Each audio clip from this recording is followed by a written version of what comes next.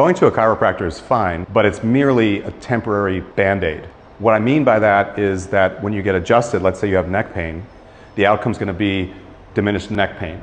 But that neck pain will go away for probably 15 minutes, an hour, or 2 hours. At Stark, we endeavor to fix the underlying issues related to that neck pain. That's what makes us so unique.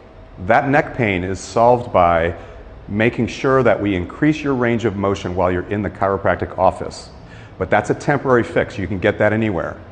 The follow-up to that is the strength training in your furthest edges of range of motion for your neck. That's what makes it permanent. That's the underlying issue. The underlying issue is an old injury you never fully recovered from. And when we take you through neuromuscular therapy, what that does is it increases your range of motion and makes that change permanent.